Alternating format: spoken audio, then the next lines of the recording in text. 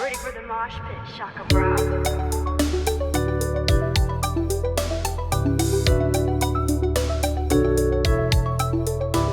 What's up, everyone? Welcome back to StrangeCast Player One vs. World Life is Strange fan podcast. This is the Patreon special for the month of August. This is StrangeCast X Lost Records Journal, essentially episode 111, side A. I'm one of your co-hosts, Adnan and Riaz. My co-host Adam is here. Adam, you're here. I am present. I'm here. I'm good. Here we are. So that's all I can ask for, Mr. Adam Evalt, to be here. Just chilled, not Aphelion chilled, but just chilled, because that was like too much going on there. Yeah, too much. I'm cringe king of the East Coast, so you gotta respect that. Yeah, you're cringe king CKEC. That's your new nickname. CKEC. Yeah, there you go. Yeah. CKEC. So we're back. Obviously, this is our Patreon special. Obviously, had a backlog. I think we're recording the 23rd of August, so hopefully on this day as well, episode 110 is going to come out, because we had to record that and we had to get it out of the way. Andrew Carr's interview is now out, so thank you for that. I thank you everyone who watched it as well. I really appreciate the comments as well and that kind words. It just took a long time to get the interviews. Kind of like when you record interviews, they do take like over recording schedules and kind of like getting podcast episodes out, because you take more time to edit them. But thank you for watching that and appreciate the really nice comments as well. But we're back for the Patreon episode. So if you are new here to the channel, please do consider dropping subscribe to the channel, turn on notifications, like the video, share with your friends. We're at 2,060 plus subscribers, so if you can help us get to 2,100, that would be amazing. And StrangeCast and the Lost Records Journal are both available on podcast services, so you can check them out on RSS feeds via Spotify, via Apple Podcasts. We're available on all of them. Video versions available on Spotify. We have over 330 followers on StrangeCast. We have over nearly 180 on Lost Records Journal. We have 50 ratings on StrangeCast. We have 39 on the Lost Records Journal. So please do go and rate us there. Go and follow us, and download the episodes. You get instant access to them as soon as they become available. So if you are new here as well, we do have a Patreon. Obviously, these are Patreon built episodes. So in the month, we take out an episode schedule that we have, and we give it to the Patreon users to build it via topics. You can sign up to the tiers as well. The main tier is the $5 tier, and that's the one that you basically get to submit a question to or topic. You can do all kinds of things, and you'll see in the format, if you do want to get involved, there is an option for that. As we said before as well, the Patreon tier is very clear, and the entire Patreon page is very transparent with things, because, for example, hopefully when this video comes out, we have our new introduction. If we don't, then it's coming, and a new intro and outro.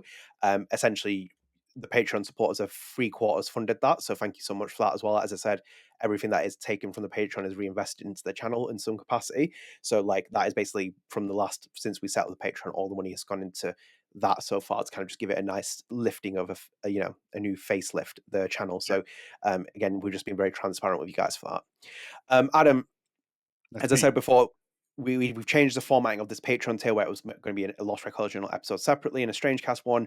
We now just do it as combined. You still get the same time, same length of podcast. It's just basically digested into one podcasting format. And obviously we allocate a fair bit of time to do this, but we now have a bit of a change as well in this, because obviously it's not just the Kevins that have asked questions. Clarx has come into the mix. He has cashed in money in the banks and come into this and thrown the Kevins a little bit of a span on the wrench. So we're going to kind of rotate between the questions.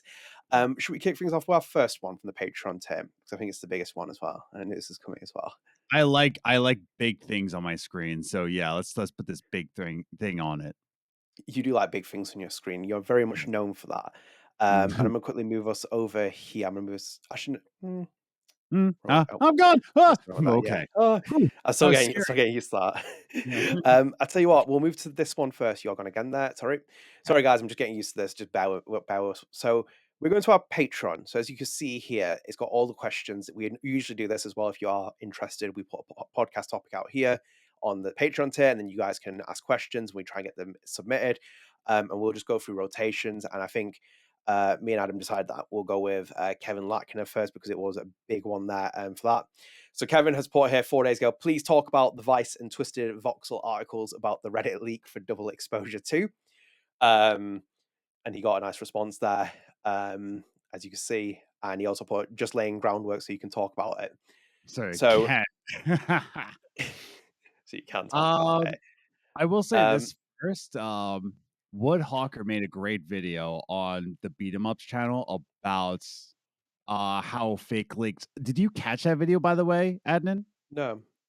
So Woodhawker, he on his podcast, he put out a fake, not even he put out a rumor, right? A fake rumor that there was going to be a Nintendo Direct, just for an experiment of how leaks and rumors can like really spiral out of control because of like what one person said with no context. It was actually a really excellent video, so I definitely recommend checking that out. How he I think the video is called how I spread like a false rumor. It was pretty recent, so yeah. Right. That Yeah. sounds interesting. I'm gonna quickly. I'm just jumping around with the screen share everywhere, messing around with that. No, it's interesting video. I will check that out. So basically, this article. So there's two publications that I've covered it: Twisted Voxel and Vice. From what as I'm aware, they have not contacted Square Enix about any of these leaks Mhm. or the details of it. I have sent Adam this article. I sent him the Vice one to read through just to double check it. For basically, I know other people have covered this.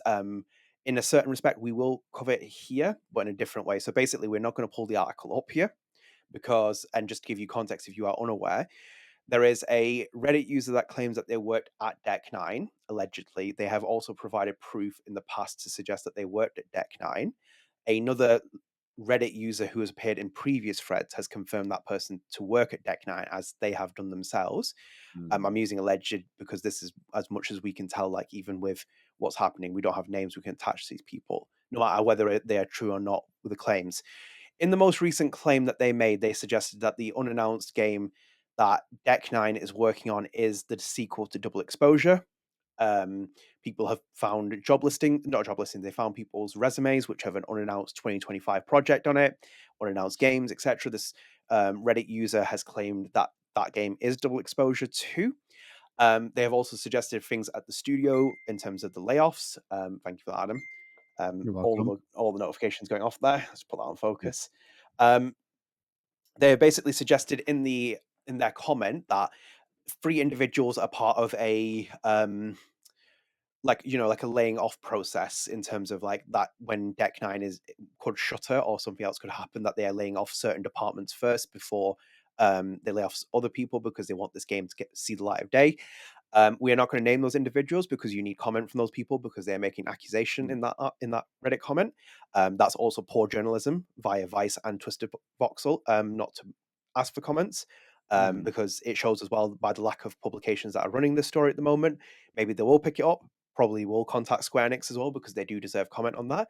Square Enix have not commented on it, so we are just making that very clear. Neither has Deck 9 either.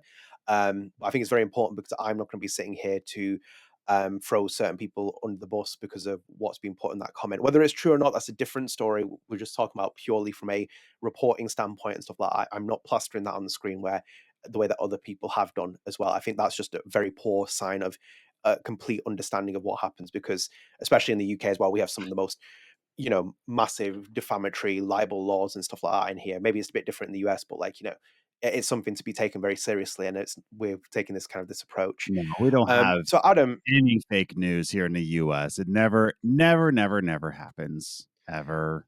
We have honest journalism, especially right now in the year of our Lord 2025.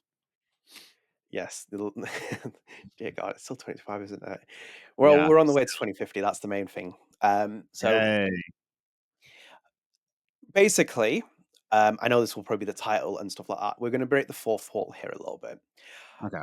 I can't comment on anything that's said in the article or in the Twisted Voxel article or the Reddit thread or the Vice one. I can't comment on any of it because I give credence to what the Reddit users suggesting.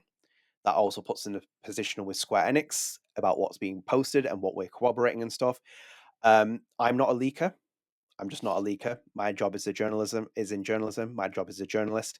If something is told off the record, it's told off the record. It stays off the record.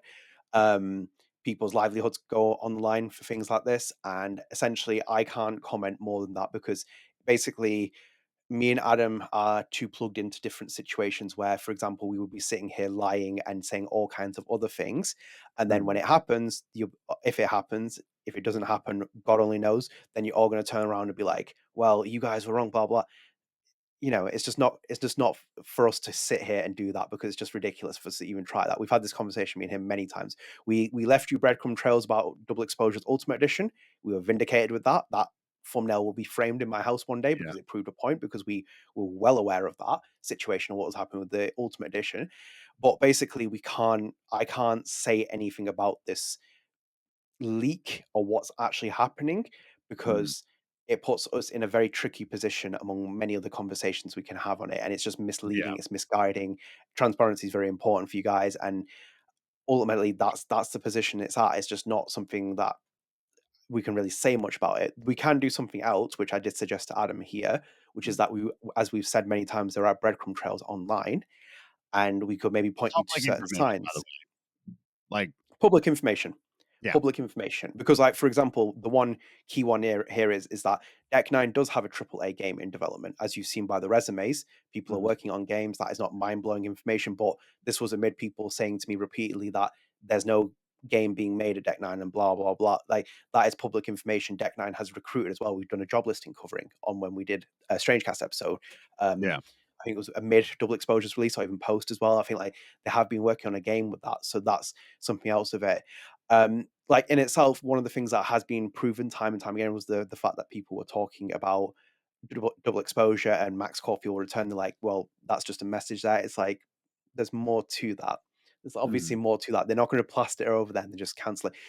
Games have been cancelled for less. Of course, they have. Games have been scrapped as well for less. I think, like, the famous example I have with, like, Days Gone, because obviously if you finish the game and do the secret ending, Mm. you find out there's a tease for a sequel that's there, but the game still stands on its own. Essentially, Days Gone is still a singular game. It's the same with Lost Records, and I know some people will try and dispute that, but it's still a singular game. Like, obviously, you'd like answers to the Abyss and other things. You can do that in a sequel, but it can stand on its own. Same with same with Batman Begins, when people are like, that's sequel baiting. It's not. Like, that little tease at the end with the Joker card is not sequel baiting. Look at what actual sequel baiting is, like, as a meaning I for it. That's just a. dog, you know how much I hate that term sequel I baiting. agree. I fully agree. It's It's sequel ridiculous. baiting. Can you people, like, not handle media anymore? Like, can you not Yeah. handle it? Do you know how long sequel baiting has been, like, a thing, man? Like, yeah, I can't stand, like, the internet right now. The internet is just a garbage fire at this point. It is the worst I've ever seen it, and I've survived the Xbox Live on the 360. I'm sorry. I've survived those days, and this place is a garbage fire. Like, let's just be real here. I fully agree with you, because there's a difference between teasing something for another story via what is actual sequel baiting. Because there's a lot Yeah. of games and films and TV shows that leave you a tease of what can come.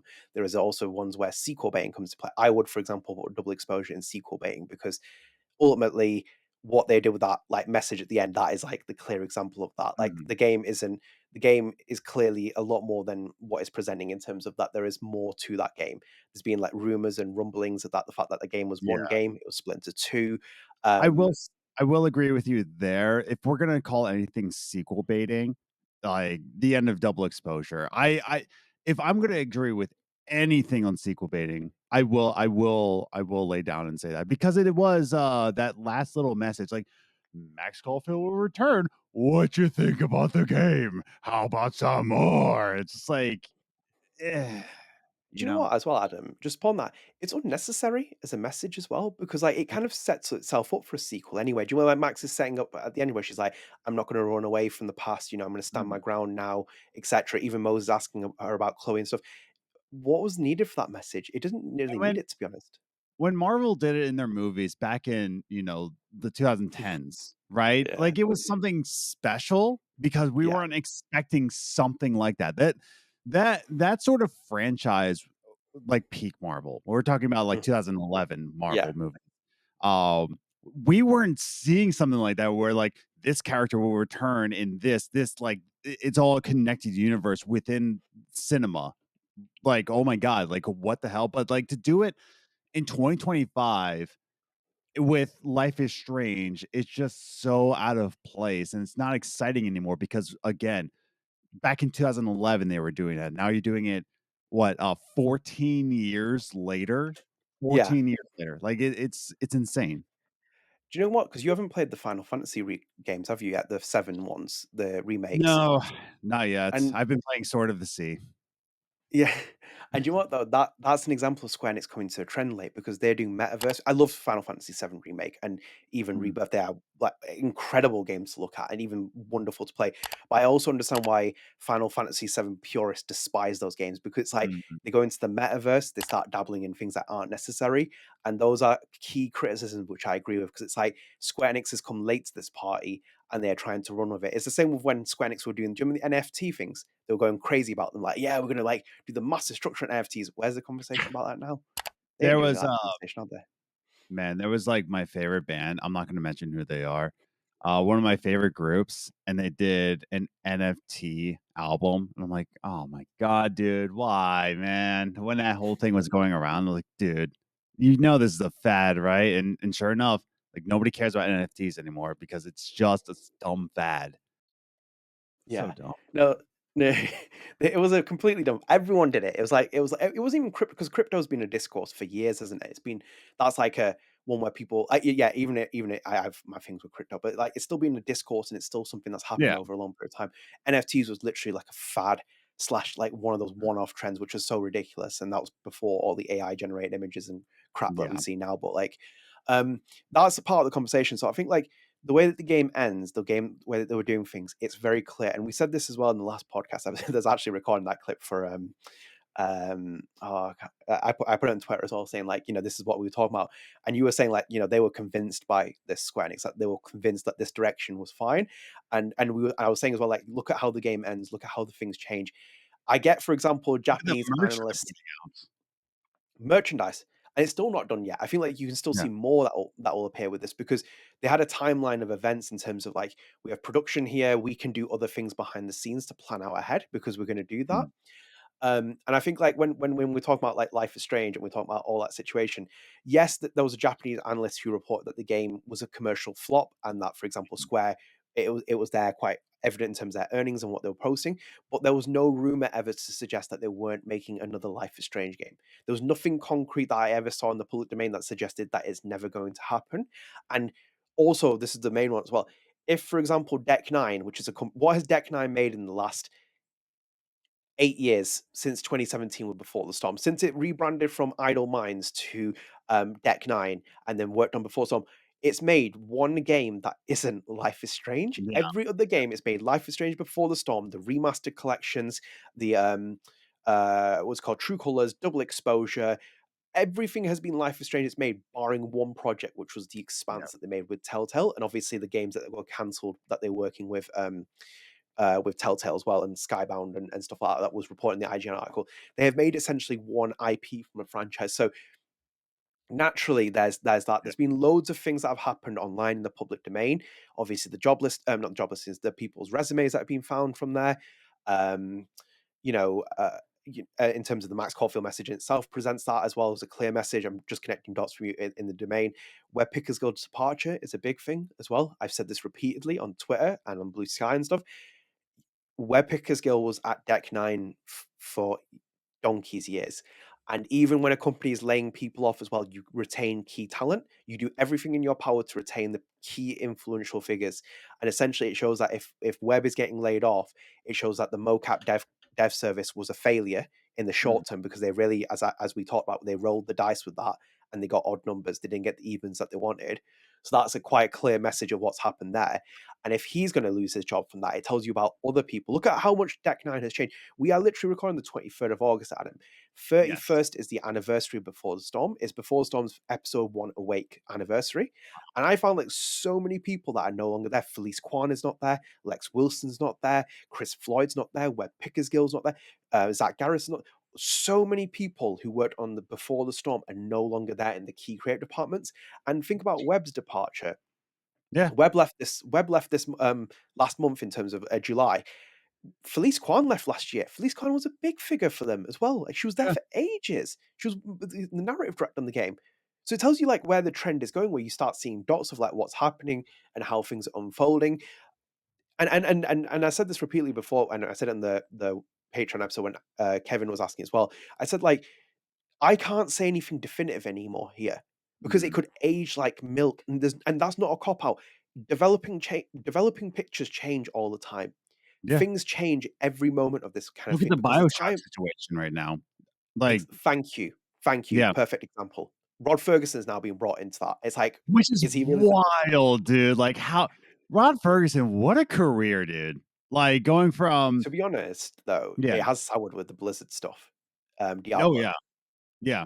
Yeah. No, that's what I mean. Like, it is kind of wild, where Rod Ferguson's legacy is. Like, Yeah. man, but yeah, to pick up Rod Ferguson in that way, like the story got so convoluted that they're like, listen, we're gonna bring in Rod Ferguson to get all you in check, And next Yeah. up, like it's gonna be Rod Ferguson and Luke Bagados. Luke Bagados, part-time job over at 2K and just get things right in track. But no, Oh that's wild, dear. dude. Yeah. And it shows as well. Think about when Zach Garris said it in his IGN article about the writers, and he said that they were the problem with that, and he was like pointing out the finger of that. And then you like fast forward and look at what happened to Double Exposure, and it's like it wasn't that far off the mark of what he was saying in that article. Like that's his vindication. He just said that he had to come in and save that project, which what Yeah. happened there. And then also on top of that, he's like the writers were I had to reel people in, i.e., for example, later on take on what happened at Double Exposure with all the different writing and teams and everything else that it kind of paints you a picture of what actually was happening there. So it shows you with that. Um, Essentially, yeah, there's like a lot of things, and one thing I will show you as well, and this was something again I picked up on, but I'll pull it up here as well, Adam, on I screen like being share. shown things. This was actually a big telling sign, I think, amid everything that's happening and the rumors. So let me pull us up here. We are on the screen, and I'm going to pull us down here. So as you can see, Adam, remember this as well. This was the press release that happened with Double Exposure launch. As you can see there, Life is Strange Double Exposure is announced. It's available. It's on screen. Actually, it's pulled up the entire text on the screen like that. I love that. So this is one that I found afterwards because no one actually looked at this. This is usually what happens. Bog standard game comes out, the letter of press release out and stuff. Felice Kwan's quote in here, and I said this before in the last episode, I've never seen anything like this. Just read this out here as well. So Life is Strange Double Exposure. This is Felice Kwan, former narrative director at Deck 9, former narrative director on Double Exposure. He said here, and I quote, Life is Strange Double Exposure is the culmination of 4 years of love and hard work from our wonderful team. It's been a privilege to continue the story of such a beloved character on a bold, emotional journey. At the end of the game, we say that Max Caulfield will return. We have great plans for exciting new adventures for Max, stronger after the events of Caledon and ready to face both her past and future. Keyword, new adventures. Not Plural. just a not just a new adventure, i.e. the sequel for the game, Yes. adventures. Mm. There were more things planned. She's saying this is in the public domain. I am not saying anything more than that. Look at what that phrasing says there. This is being checked. This will be checked before it goes out for publication because this was a Square Enix press release. New adventures. Think about what this is. This game has come out. They are marking this game's release. They're saying Double Exposure is now available. Look at what's happening. They're saying that at the end of the game, this is what happens. Max Caulfield will return. We have exciting plans for new adventures, i.e., plural, not just a new adventure, i.e., a sequel to the game, new Yeah. adventures, which is It's a fair. really key piece. Like that's the thing. We're not even telling you in the base of just like what we know that's happening in the industry. This is just us telling you, like, hey, we've been reporting on this. This is public information. This is something that's on the internet. Like, there's Yeah. nothing new we can tell you. Like, just look at the facts and look who's been laid off and look how Square has been marketing this franchise. Like, it's right there in front of you. Like where the situation is with the Life is Strange franchise within Deck 9. I fully agree with you because basically, as you just said there, if you do, for example, what Max does in her lovely moment in episode 4 when she's trying to figure out the situation with Rachel in the dark room and stuff on that whiteboard, that's all you need. Get a whiteboard and connect all the dots, and you start seeing things that appear. There's been comments as well that people have picked up on. I.e., Aisha Farah has said things on Blue Sky in the past where it's like alluding to certain things, not directly maybe this, but also just in general sense as well. Yeah. Even saying if people react to a certain game that might be announced that I worked on, or about AI and stuff, she has alluded to certain comments. She has also deleted certain comments off of Blue Sky. And then on Mm. top of that as well, information that is in the public domain that is there, ready, Yeah. available, that tells you a lot of pictures. And And all if you have you to do can, again is Like, that's the thing, Yeah, like, that's why we're here, is that, like, okay, you don't wanna search, well, that's why you have to subscribe to the pod, you have to give a turn on a notification bell so that you can know so that, "Oh, man, I don't want to search a public domain." Well, that's great. Press the subscribe button so that you know of all this information right at your little fingertips. but we need those like horn noises when you did that. When the surprise like. Um, But do you, but Adam, do you know as well? People said like, for example, like, do you still have the staff to do this? Of course they do. Of course they do. Like Square Enix, for example, will support them via external studios. We've talked about this many times. Like, look at the first Life is Strange. Like it had 100 staff members. How many of them were Don't Nod? How much was external studios working on it? How much were they promoting it? Look at, for example, compare and contrast Don't Nod Montreal's Mhm, struggles of promoting Lost Records without Square Enix's involvement, i.e., like Life is Strange. Square Enix mhm, took all the legwork of doing the marketing and stuff like that. So there's like a huge question mark to be asked with that. And to kind of wrap up with one point as well, and just kind of my feelings and among many other things as well with this. mm, This game mm. is likely what is next with Life is Strange. Yeah. Like in terms of what we know in the domain, public Yeah. information, everything else is there, right? The sequel is set up. You gonna say something? I will say this, we're saying that it's more likely, we're not saying it's gonna be good or complete or finished or without a tremendous amount of bugs. It is just something that's going to happen Yeah. And based also as on well, based on this public information, not of what we know, but based on what we've been reporting, based on public information, we're just setting up breadcrumbs for you to be like, "This is out there. Make your own conclusions, my guy." yeah. And can I put one more conclusion onto you as well? This is not Oh, I like definitive. This is not me conclusions on saying it, it. yeah. This is not definitive or anything else. This game, the Mm, sequel, if it happens, it's in production. They say it's in production, other various sources, etc. Who's to say this game even sees the light of day?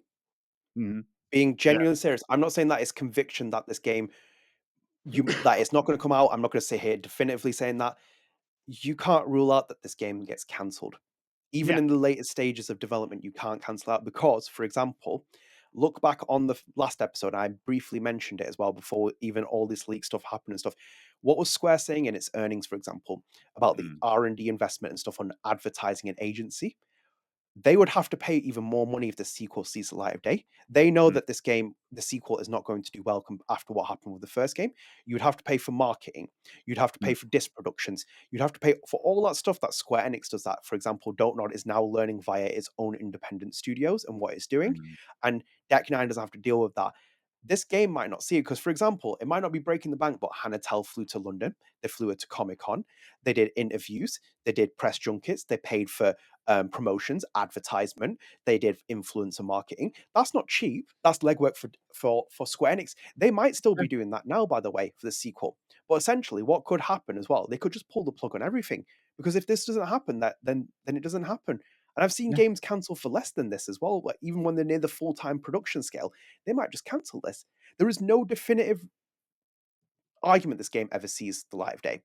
It might yeah, not even see it because, as you just said there as well, that's the key point you made, which I'm bouncing off as well. If this game sees the light of day, do you think it's going to be fully quality assured in and the that's what I small mean. production line? Like, that's the thing we have to, keep in mind that, like, all this public information is there, and just make your conclusion of just, like, how many people were laid off, how much team is left, how much of the core team is there. Make your own conclusion, dude. Like, Yeah. that's all we can really say. And on top of that as well, you just said that their core team, they had a core team at one point that was peaking towards 200 when they had like the expanse and all the other projects. They are now down below 100, what in the 70s, if that. And it's like still you're seeing news about layoffs and stuff like that. It tells you the numbers, like the numbers don't equate to a product where it's finished, and that doesn't factor in Square Enix external studios. But how are you gonna okay, imagine that as well? Like a Life is Strange game coming out 2 years separate from the last one, likely 2026 that they're thinking people are going to see this game. Like that doesn't tell you that. Yeah. And this game, and mark Mm, my words and come back to it, this game is an unwinnable project. It mhm, is the first double exposure was an unwinnable project, and mhm, people who worked on that game knew that. This game is definitively a unwinnable project, and it's the death nail on the franchise, because what you're going to do here is you can't win back Pricefield with this. You have done, I would argue, Adam, because you're a fan of The Last Jedi. This game, different franchises, that's a massive one. This is a niche franchise, right? This game has done more damage than The Last Jedi did on Star Wars. I would argue that The Rise of Skywalker did more damage on the Star Wars brand than The Last Jedi. This one is caused more than it's possible. And the next game, I don't know if the next game is going to be as bad as The Rise of Skywalker, but I think the next game will try and appease certain things. But this is the death nail on that franchise. Because I think that, for example, people say to me, which studio could take it next? Who could do it? There is one constant anomaly. No matter what happens, as long as Square Enix owns this IP, I don't think you're ever going to see a Life is Strange game, which is like mind blowing. My personal feelings, I don't want anything from Square. I don't want anything else from them or ask for anything. But I don't think that this IP can last under Square Enix's remit anymore, because I think Square has done irreparable damage to it. It is branded. Look at it. We can't post anything about double exposure without the first comment lacing things. Do you remember when we posted the Backer interview?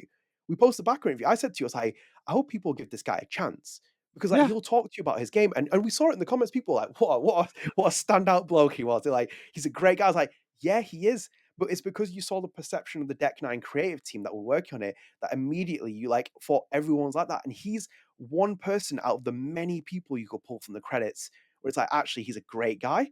And it's like, so this is just breadcrumb information. This is the bare minimum I'm giving you here. There's even more in the public domain. If you want to connect dots, you can find these things Or that will prove subscribe it. to the channel. Yeah. It's all there. And also as well, like, and again, and I'll say as well, people have been looking at other people's social media feeds. I'm not stupid. I also follow other people's social media feeds and look at things. Are we like really going to play this game of like understanding where things are going from here and stuff? Like, it's quite obvious. The biggest caveat is the fact that you put Max Caulfield will return at the end of the game. That's the big one. And there's nothing changing it. And then that one from Felice there, Felice's message is very clear. And I think the one thing I put out there when I put that back when I did last year, I don't think people picked up that second part of the quote, which just says new adventures, because that is plural. And that's already defining the fact that one game is already out, i.e. meaning that you had a lot more planned from this. But it's basically, it has been a self-inflicted gunshot wound that has been happened on this franchise. And it's like so sad to see as well. I would love for this comeback. I would even do what Adam said as well and rewind back to time when True Colors was there and say sorry to him and grovel, being like, we had the good times, we were eating good, but it's just not that. So I think basically this is all public information. This is nothing that I'm telling you that's inside or anything else like that. This is just all in the domain. And if you just connect dots and see things, you might see what happens. But I will say this as well, and I will put my position. You can't rule out this game getting cancelled. If this sequel that they are working on, they could pull the plug. Yeah. There's no argument. You can't argue that against it as well. Do I think it's going to happen? Yes, I do, because I'm going to bounce off one last comment you said before we move on. You said that Square Enix is very stubborn. Ironically, I'm also very stubborn. And what do stubborn people also do? They put out their games. They're going to put this game out. And they're 100%. Yeah. But yeah. But like I think we said enough about this. We got a lot more questions to say, but yeah, make your own conclusions and make your own. Just know what Square Enix does. That's it. Square Enix likes to put out garbage sometimes. Hot garbage as well to add on to that, just to glamorize it. But Adam, we'll move on from that. So thank you for that, Kevin, for that question, putting us under the bus as well. Anyway, and I'm going to pull this screenshot up. So we'll move on to a little bit of a light-hearted one, Adam. I know that was going to take up a lot of time in the first part, but as you will. Adam, we're going to move to the other Kevin. We'll move to Kevin Kestis. Yeah. And his question. Yeah. It's KG, it's KJL. Yeah. Look at this. All the Kevins are teaming up. This is almost, yeah. Okay, sorry. Yeah, Kevins are teaming up. It's like an Avengers style, like forming, like Kevins assemble, and then they're just ganging up on us. I know we almost saw the breakup of a tag team there. Look, it was KGL, and then Kevin's like, it's KJL. Yes, let's go. Apologies. Very quick repair that of a relationship. I love to see that. Adam, you're gonna go to Kevin here. The first part. We'll put Kevin Kestis as two. Actually, we'll put the first part in just for now. Kevin put here as well. Put Adnan and Adam. Any of you a Harry Potter fan or anything affiliated with the Wizarding World? What's your house? I'm Hufflepuff. That's a very interesting shout. That. Yeah. Adam, Yes. Harry Potter. So I always think about this of like how much of a Harry Potter head that I am.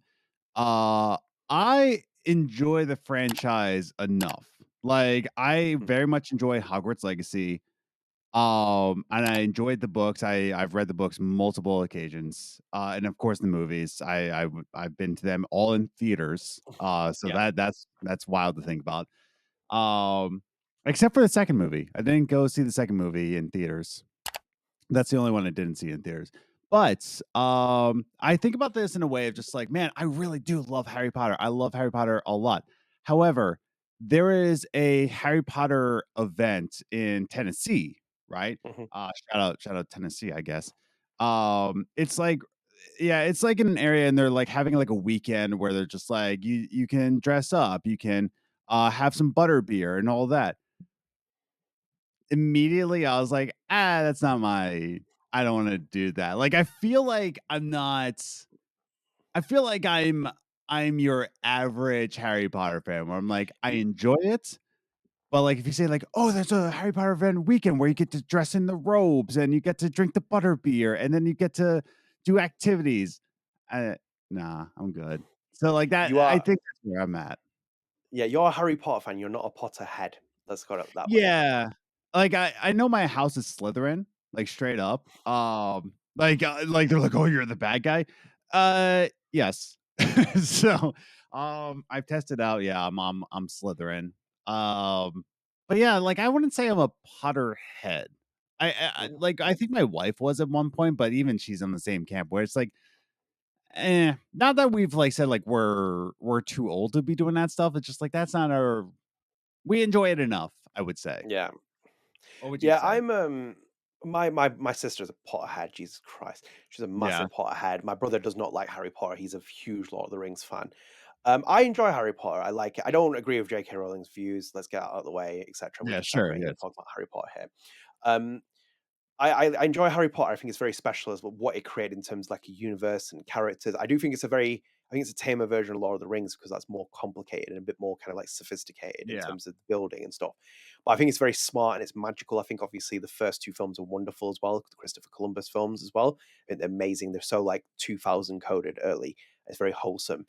I even love Alphonse Cuarón's. I think that's the best one, The Prisoner of Azkaban. I think it's a Mm. fantastic depiction. Don't like the David Yates films; they're horrible. Um, but I think I generally enjoy it. I really enjoy reading the books. I think there's something quite charming about the books and in terms of the I got the films and the books day story. one too. I remember when they were coming out, and I pre-ordered them, and I went to the bookstore, picked them up on the midnight releases, read them through. Yeah, that like I enjoy it. Yeah, I remember doing it for the later books. Obviously, I was still quite young as well, but I remember doing it for the last book as well. Definitely oh yeah, Hallows, and then even the ending. During the back of the book as well, it says like the Dumbledore. It's like yes, Albus Dumbledore is dead. The Aurors are on their way to escort Harry Potter if they can. It's like he's leaving Pivot Drive. It's like there's quite mm, something like chill. Like you get goosebumps reading that because it's like all they're completely against the odds now of like doing what they're doing. I really enjoyed it. I think I've always like enjoyed watching the films. They are quite wholesome and charming. I know Kylie Brown's a big fan of Harry Potter. If you ever wanted that as a tea, I think she's talked about it on the podcast, but like she's a very big fan. Obviously, she's Rachel Amber before, so I'm a very big fan of Harry Potter. She always says to me, she's like, "I love your British accent for it as well." I'm like, I don't even have that. I don't even have that much of a British accent for that, but she's like a big Harry yeah, Potter fan. So, um, yeah, I think that I've always been quite charmed by them. I think the games are quite wholesome as well in certain places. yeah. The I early am games, oh, they were so great. Yeah, there were some great ones. Harry Potter, the first one based on the film, is like an absolute banger as well. yes. On the Up PlayStation. until the fourth game, and then the Yeah, fifth game was trash. Like 1, 2, and 3, I great agree with that games. Yeah, yeah, the 4th one was fine, and then the 5th one onwards, trash, all trash. for Except for sure. I'm gonna. Hogwarts. Yeah, I beat Hogwarts Legacy, by the way. I beat it. Oh, nice. How was I it? liked it. I loved it. Like, it was good. It was a very, good game. I would give it an 8 out of 10, straight up. I would definitely give it, Ooh, like, a solid, like, good, fun game. So, I like that. yeah. And also as well, Adam as well. Big shout out to the legend Yeah, PS1 PS1 Hagrid. Hagrid. Wait, there's a Bandcamp PS1. Wait. See that first image? That very first image on the top, That one. and you see the very, very first one Oh, that PS1 comes Agro up. music. Yeah, music. What the heck? Can you click on that? Yes, I will do. So Hold it up on screen. wait, It's wait, actually his. He's got EPs. wait, PS1. What is going on What? here? That's great. Oh my PS1's Hagrid's Wonderful Adventure on god. Bandcamp Sold is out. sold out. Wait, how do you sell out? That's so dumb. Oh, that's so So dumb. interesting. Yeah, that's funny. That's great. That's quite funny, that It's actually. a name your price. I have it here on the Bandcamp app. It is a name your price. So yeah, right there. So name your price. Sold out for the cassette. There was a cassette tape That's very of funny. the that sold out. So there you go. We got a PS1 Hagrid on Bandcamp. PS1 Hagrid, what a guy. To move on from this as well, my house would be Slytherin. You ever see that scene from the first Harry Potter film where the hat touches Draco Malfoy's hat? It doesn't even touch his hat, actually. Just hovers over it. It'd be Slytherin. It'd be like, that's Yeah. me. I am 100% Yeah. Slytherin. Unfortunately, as well, I think the Sorting Hat would also stitch me up and put me in Gryffindor or something, or Ravenclaw, just to be annoying. But as you will. Adam, should we move into our next question? Sorry, I'm obsessed now. Okay, that's what it sounds Copyright. like. It's not copyright because it's just a guy. Oh, okay. Yeah, it's just a guy. Adam, next question. Yes. Let's get a couple more of these in before we have to wrap up the first part, because I know the first question was a long one. Adam, as you can see here, let's go with Clark's, because we'll break up the Kevin fraternity. Clark's put here, Adam. Question. Let me zoom that back out. If you Yes. could sit down with Max Caulfield to have a cup of cup of coffee or tea for the British, what would be the first question you would ask her, and any follow-up questions? And Kevin Lackner is like, "You good, girl? You good? You good, man?" It's like, Mine would be, will Max Caulfield whoa, will Max Max Caulfield Caulfield's turn. Man, just because like, it's not that I would have any like follow-up questions. It's just like, here's the great thing about Life is Strange 1. It answers pretty much everything about Max Caulfield and like who her character is and who her parents are and what the personality. Like we have a lot of questions answered in the first game.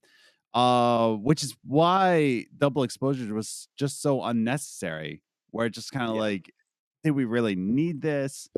I guess, man, what questions would I have you thought about this? Maybe what are the lottery numbers? Could we rewind back to that? I'd really appreciate that. Yeah. Why do you make really random comments about William Price during the first game when it's pretty deep? It's like, oh, there's William's car. It's like, oh, God, chill, Max. Yeah. I think like for me, one of the things would be like, what her real, maybe not that. Maybe like what she thinks photography will be like in the next 25 years.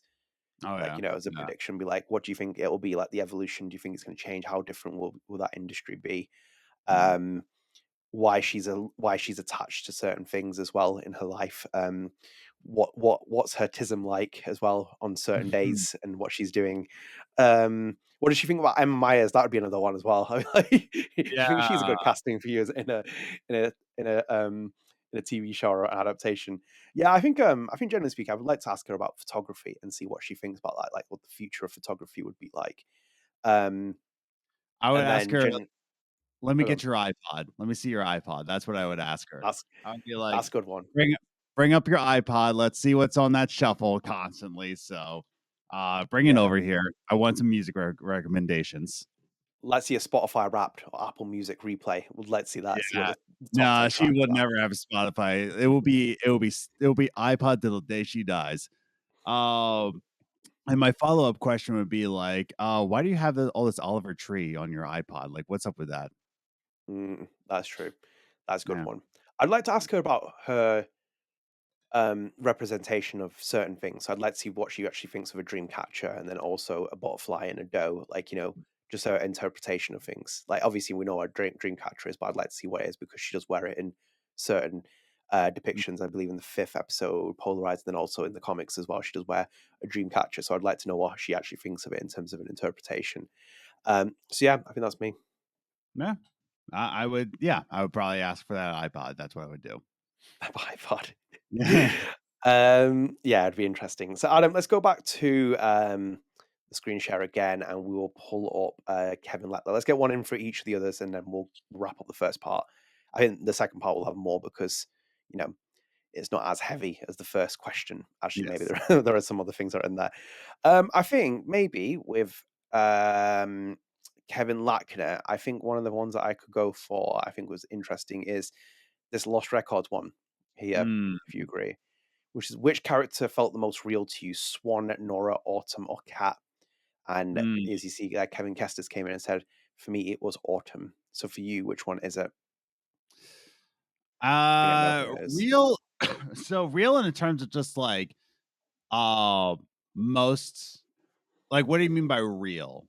You know, Mm, I guess it's like felt the most real to me, or felt the most real within the setting. You know, to you. um, I guess to me, uh, yeah, I gotta go with Autumn. Autumn just felt most grounded and the most. I would say that Autumn was the most three-dimensional, right? Like there's a lot more dynamics to like how Autumn makes a decision in the world and how Autumn Mhm. like treats her friends.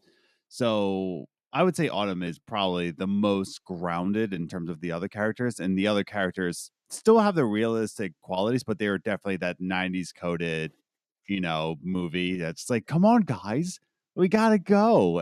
Yeah. But Autumn is that one, I would say. I would even argue that Autumn's performance is more difficult compared to the other girls. Not downplaying Mhm. them, they're wonderful, we love them. I think it's because, as you said, when like Swan is giggly and laughing, and the same with like Nora's like ADHD, like jumping up and down, eccentric, and like, even Kat's got her own kind of thing. But Autumn is very tonally like Yeah. nuance and very like direct, and the performance has to be, it can't be too jokey. It has its moments, but it is very grounded, and I Mm. think that's a really difficult thing. So obviously we just done the Andrea Carr interview, and funnily enough, I did point out to her and she didn't realize it, and it was literally one of those things where it comes in your head. It's like, did you Yeah. notice that you don't interact with Kat, for example, as much as the other girls? And she was like, Yeah. no, I did not notice that. But then she's like, also has her own interpretation of like why they didn't interact, and as I agree with you as well, 'cause it's like Autumn and Kat are two characters that just aren't going to like gel as much as the other characters, Yes. and I think that's good as well because that's a group dynamic, because not everyone gels in the group. They come together because they are, as they say, a group. Um, so I think like, do you know what? If that question wasn't as restricted, I would say Gus would relate to you as well in parts. Okay. Yeah. Yeah.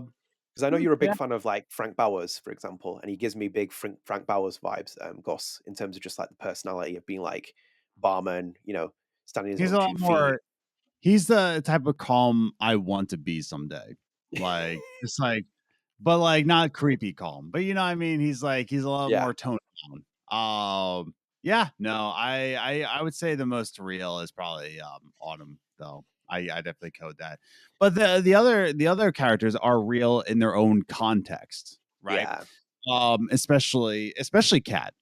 Kat is trying to escape. Kat is trying to like free herself, from the different kinds of mental shackles that are in her mind, right? Whether it be her sister and like everything going on in her home life, and also the medical condition. So yeah, I would say they're real and they're all in their different contexts. I agree with that as well. Mine would obviously be Swan. Swan is like my spirit animal, along with Max Yeah. Caulfield. Like they would Yeah. 100% be my spirit animal. Very relatable in a lot of things. Um, I would argue if that question was open more, I would probably say Gus as well. I do relate with Gus quite a lot. I think he's a very like, tonally like, you can see there's like a lot of like layers to him, and he's like the way he's Mhm. spoken about. We've spoken about obviously Michelle saying that Luke Danes was a big inspiration for that later in the production stuff, but like he is something that I do relate to him because I think he's quite like I feel like his acceptance in his life on certain things, and he's just like, he's like the resident barman, and he's like still finding things. Obviously, a very interesting dynamic with Pam in the game. But I think for one that the four out of them, I think they all feel, as you said, I think they all feel very realistic, and that's what makes them work so well. But for me, I do think that Swan is my go-to one. I think she's very, very real, and I think it's because I'm probably very much like Michelle in certain respects, being a deep introvert. So as you will, that's that. So Adam, should we go back into the questions? Let's get two more in before we wrap up this first part. I think we should Yeah, get let's do it. Kevin Kestis in, and also I think there's only one more for Kevin Kestis. I think there is. Oh, Oh, yeah, there's actually one more. It's actually a statement. Actually, but we'll put it in there. yeah. So Kevin put here as well. He put this in Kevin Kestis. He put I agree with we're on screen share. Actually, yeah. Sorry, I need to move that over. There you go. Um, he's put here. Kevin Kestis put. I agree with both of you. Sorry, I agree with you both. These layoffs are hurting Deck Nine and Don't Nod. All the OGs are gone, and it won't be the same. I know I'm just repeating what you guys said, but it's 100% facts. Mhm. Um, which I kind of agree with Adam as well. I think like that's such a big thing in the industry, which is overlooked, like losing key talent and not replacing them, and like looking for the long term. Like, is do you when you compare it to like a film, for example, when Tarantino makes a film, he's done and he's done that film. It's like you're not doing a TV show and a new person comes in and takes over the reins. And you see it with like games, like, new people coming in, i.e. Jade Raymond leaving Ubisoft, or Amy Hennig leaving Naughty Dog, and Bruce Straley leaving Naughty Dog, and like Mikami leaving Capcom, all those divisions and stuff like that is a big impact on it. And I think Don't Know Deck Nine has done that, because it's like, even with not many people would be able to name you anyone who works at like Deck Nine unless you're plugged into the niche. I don't think you're Mm. really going to name anyone that like off the bat, and that's why people are like, can they really make a sequel to like Life is Strange or another game? It's like, well, yeah, there is a writer there, there is a director there is like people that can be in those positions, but not the prolific Because examples like you knew. these investors are just all about like the investors are business people and they believe in products. They believe in IPs. They don't understand that the product in the IP was made by a certain person. Like it's not Mhm. like like a story is not represented by another person. The story is gone from the perspective from one person.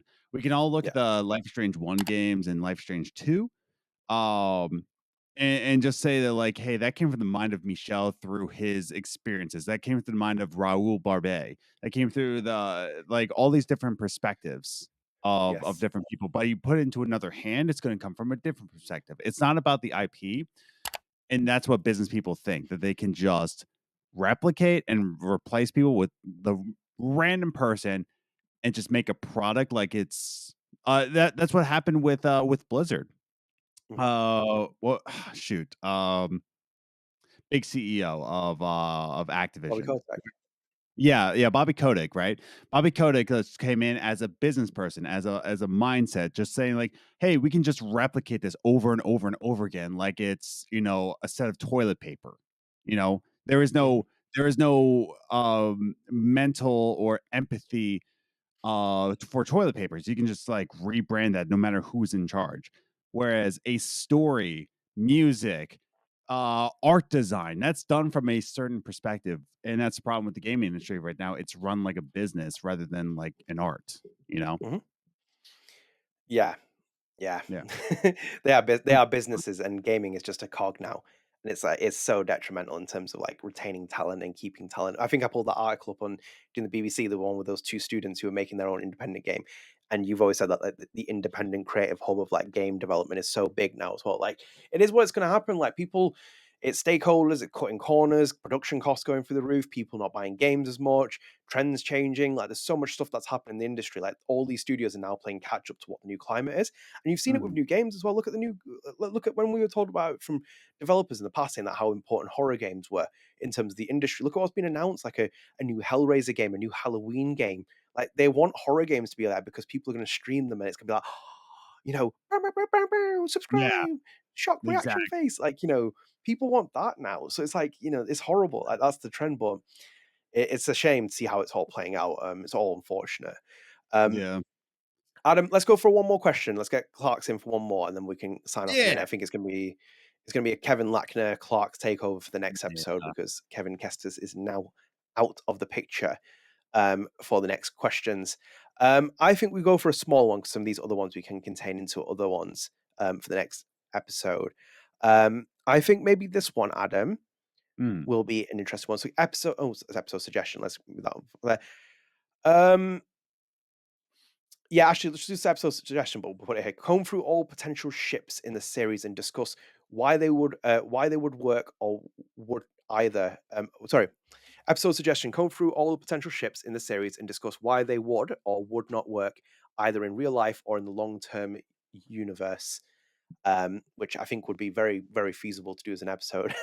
Vin Lang and Max Caulfield is going straight to the bottom of the pile. Thank you We're very doing a much. smash or pass again on like, am I gonna have to play this game again, but in real life? With like I did it virtually with Vince Lang, like, what about this guy? What about this potted plant? Smash or pass? Like, do I have to do that? You know?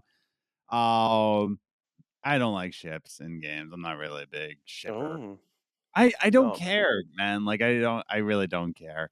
Um like in all of my playthroughs of games, I'm just kind of like riding the waves. I don't really go for like romancing in games. When Outer Worlds 2 said like, "Oh, sorry, you can't romance any of your companions." I'm like, "Good." Good. I don't care. So, Do you know what? hmm, I actually like that with Horizon at the minute. Like they haven't yeah. forced a love interest into like 2 games so far. I'm like, I kind of like just like Aloy being as it is. Yeah. And as you said as well, like one of the things I find really annoying with Life is Strange, where it's a 2 love interest every option, where it's male and female to appease things. Maybe just make it one and be bold and Yeah. ambitious and be like, this game is just one ship or no ship at all. I just find it Yeah. very like sometimes it works, sometimes it doesn't. Obviously, it worked for like the first Life is Strange and other games and Mm, stuff. But like, I found season 4 of The Walking Dead an example where it didn't need to happen. Like mm. Clementine's 2 ships in that game are very like Yeah. and I think the female interest is more interesting than the male one. And I'm like, why don't you just make it one, or she doesn't even have a love interest? Why does Clementine need that either? Like, That's what I maybe it's mean. just Like, like she can be. I don't know if I would like care enough to like talk about that because again, like it just naturally with me in games, like it's like pick one or the other. Like in Mass Effect, where it's like, are you Ashley or Kest? Oh shoot, who was I want to say it was Kestis. Wait, no, shoot. Mass Effect Oh one dear, character. scrambling. Um, Caden. Yeah, it's Ashley Williams and Caden Elenko. And it's like, which one did you pick? I'm like, I don't know, none. I'm Shepard. It's like I'm Shepard, dude. Shepard. I'll pick Garrus. Like that. How about that? I'll pick Garrus as my lover. Um, yeah, no, just in shipping Just and games, I don't just care. admit you're secretly a Vin Lang lover, and we'll get it over with. This is why you don't want to do the episode. I know your playthrough. I was watching it behind the scenes.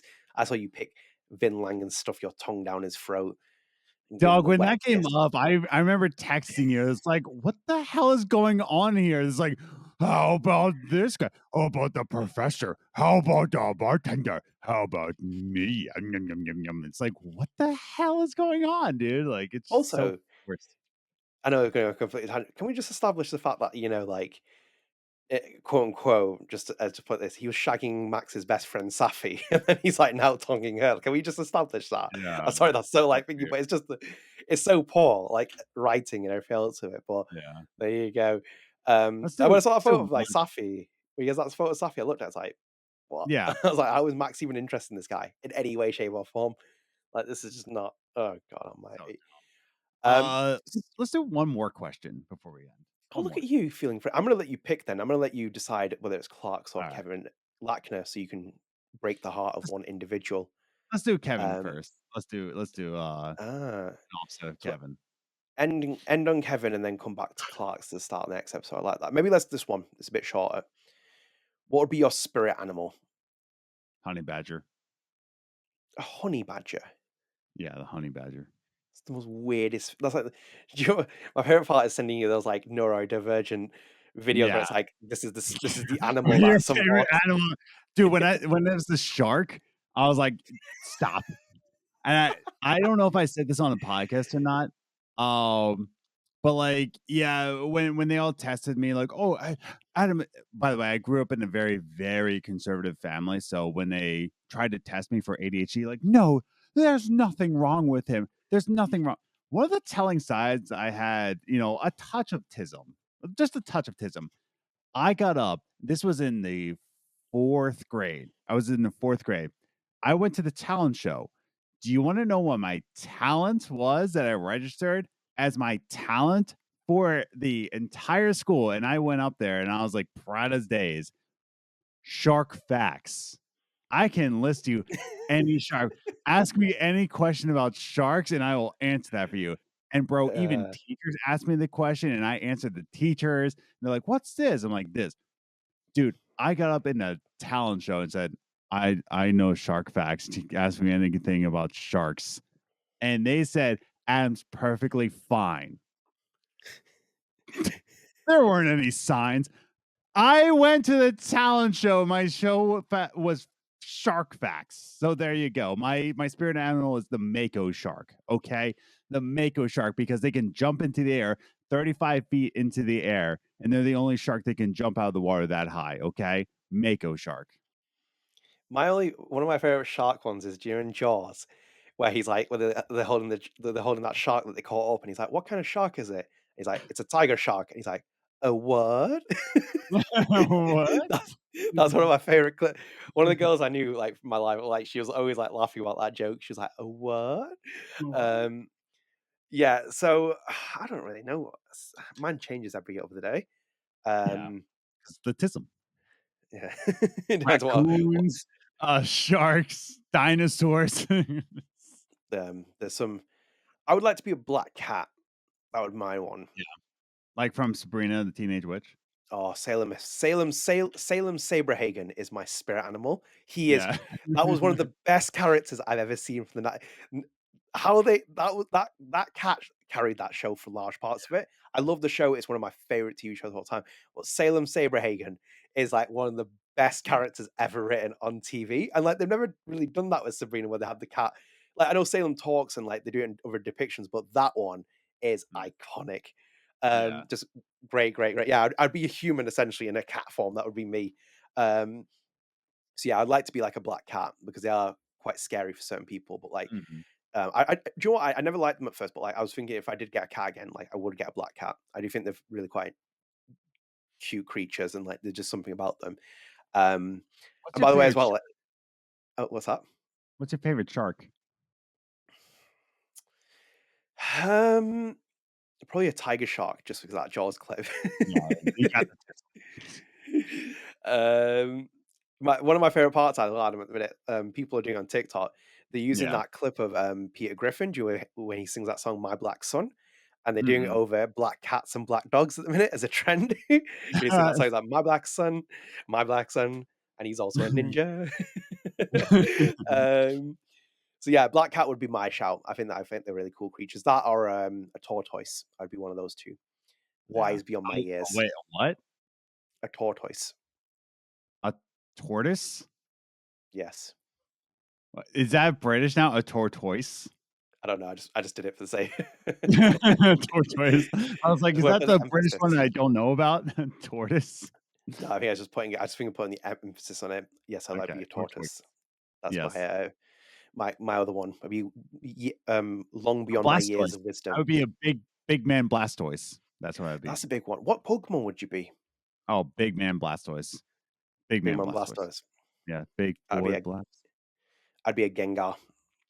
Yeah, of course. Yeah, you got the tism. Thank you.